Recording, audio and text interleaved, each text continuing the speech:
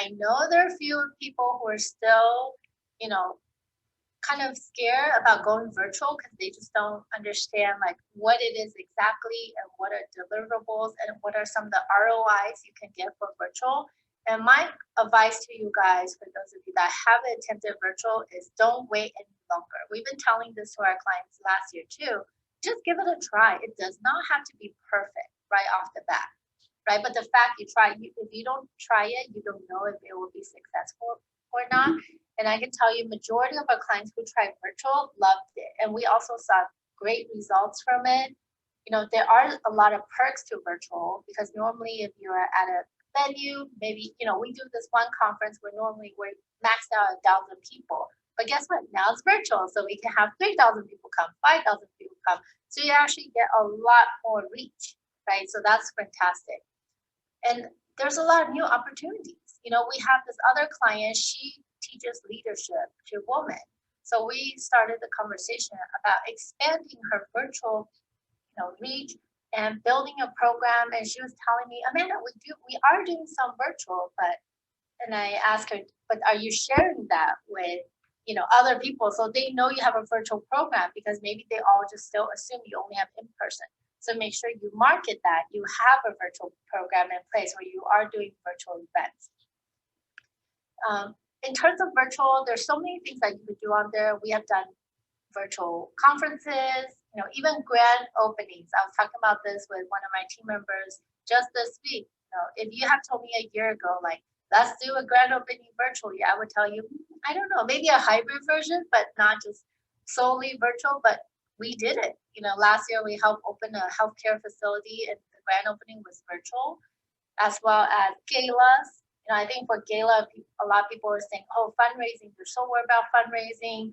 But guess what? Majority of the fundraising that we help with, either they hit their goal, that's pretty similar to live events, or they actually exceeded their goals. You know, we're so proud to hear that. We have one client specific, they told us, Amanda, when we hired you guys, we were just thinking if we could get to the black, we're happy. But they end up making even more money than they did when they did live events. So now, you know, coming back for the second year, now we have to think about how to level up that experience and how to, you know, help them raise even more money. But that's a good problem to have. And again, they didn't try the first time, right? Because again, they did not know even where to start. So the fact is, just start thinking about it and try it. We're not limited by location, so a lot of people, you know, depending on the event, there's some we do the behind the tech scenes on site. But I would say majority, they're just all in the comfort of their own home. So it's not, you know, it's not bad. You don't have to fly in any speakers. And there's a lot of ways you could get around that. But we are sending speakers, whether it's like backdrop or we even like have microphones or ring light, things like that to help them elevate the way they look and also as well as the production value. So those are all things to take into consideration. And it's super convenient. Right, so today we are coming to you live at our IMG office, which right now majority of our team members are working from home, so I get to do this here. So it's kind of really fun. And another perk about a virtual event is that it's more affordable than in-person event because there's no hotels, there's no food are involved. Which is great. And we are very excited to go back to normal. But in the meantime, this is what you can do. So think about that and just don't be afraid to venture out to the virtual experience. And I want to leave today with some tips for you guys in terms of virtual events. First of all, create a plan. Promote before, during, and after. I think that's something like a lot of people don't think about all the time. They just think, oh, I'll promote, you know, right before, but you got to continue that process. A lot of times it's great to promote the week of or even month of to kind of set up the momentum, right? And then while it's happening, you definitely got to keep that momentum going. And then post-event, share the results. And then also continue and sometimes having additional action items or benchmarks so that that legacy continues. Choose a format. There's so many ways to do a virtual event. You could do a going live. It could be pre-recorded and then show it as a live, and different platforms you can use. Some are very sophisticated.